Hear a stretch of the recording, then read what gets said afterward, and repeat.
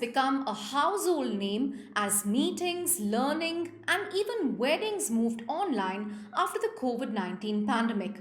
This is a trend that's expected to continue, with Zoom's growth in India among the highest in the world, according to Zoom's president for product and engineering, Velchamy Sankarlingam. Shortly after you joined, you spoke about how important India market is, and you would be investing in India over the next 5 years. Can you share a little bit of the India growth, your India specific plans? I don't think publicly we announced anything India specific, but I think from the data that we had, I think we grew about on the free user side, we grew about like 60 odd times, like in India, while we grew like 30 times worldwide. So India growth has been much higher than rest of the world. What kind of investments have made? Because clearly India has grown much faster than the global figures. I know you have a center in India. I mean, like you pointed out, in Bangalore, you have a center. Are there any specific investment in terms of manpower or probably creating more centers back in the country? So we had a center in Mumbai even before Bangalore, and then we also have data centers in India.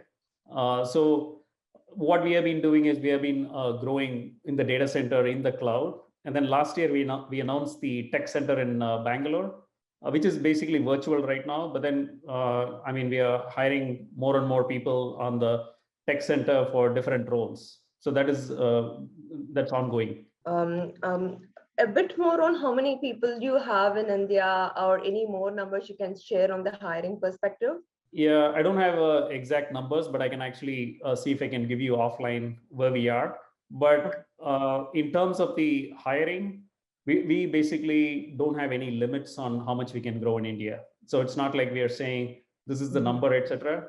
I think it's sort of like the target is as much good people that we can find in India for these roles today. Okay. India, which has over 600 million internet users, is a critical market for Zoom as it sees more enterprises adopting this video conferencing app going forward. Learning, healthcare, and government functions too are expected to drive the adoption in a big way. So where does India figure from the business, from Zoom's business growth point of view? I think India is very critical from a Zoom standpoint for a few reasons. One is the Indian market. I think there is a lot of customers that we have from the Indian market, like government organizations, local businesses, etc.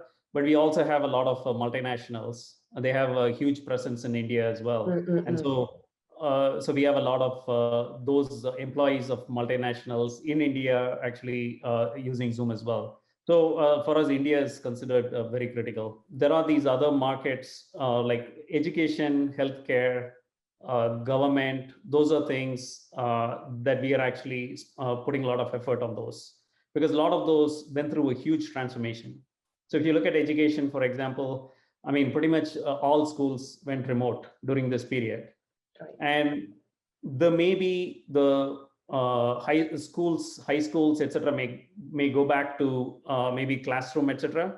But there are a lot of things like remote learning. For example, if you're in Bangalore and you want to take a class, say like in IIM or IISc, etc., depending on where you are, I mean, you may not have been able to take before at all. So some of these changes, I believe, will become more permanent. Okay, people would find a way to offer classes remotely, and even healthcare. I mean, visiting your doctor like on a video. For most cases, it serves really well. It saves a lot of time going there, waiting at the like hospital, etc. So we are actually focusing on those markets.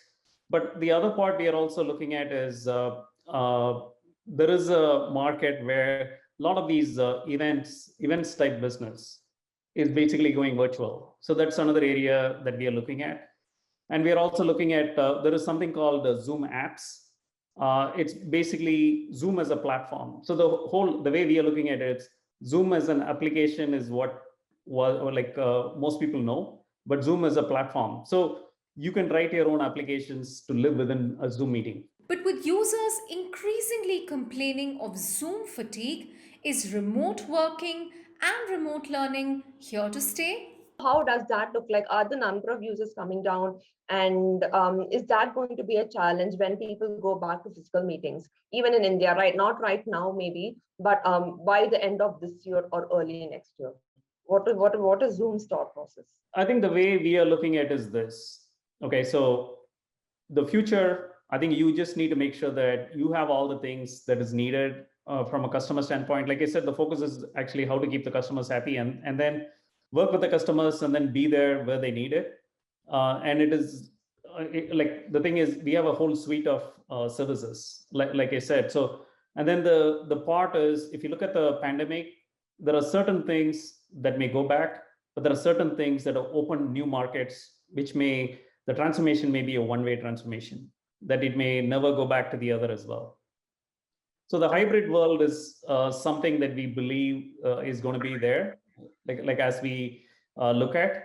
And then the best way we can do is be ready to meet our customer needs and keep them happy. So that's basically our focus. This is something I had to ask because your CEO, Eric, had also mentioned this about the Zoom fatigue, right?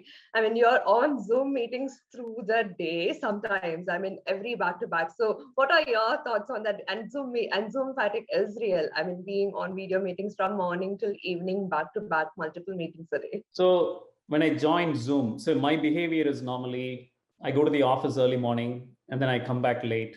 And so one of the concern that I had was it's a new company. Yeah, I know like Eric, I know a few people, but then I don't know the whole team. So how do I, and it was all remote at the time, how do I actually get this thing work? So I had my concerns. But then what I realized is that going through this process, if I had actually gone to the office, I haven't been to the Zoom office yet. Okay. So if I had gone to the office, I would have known a set of people very well.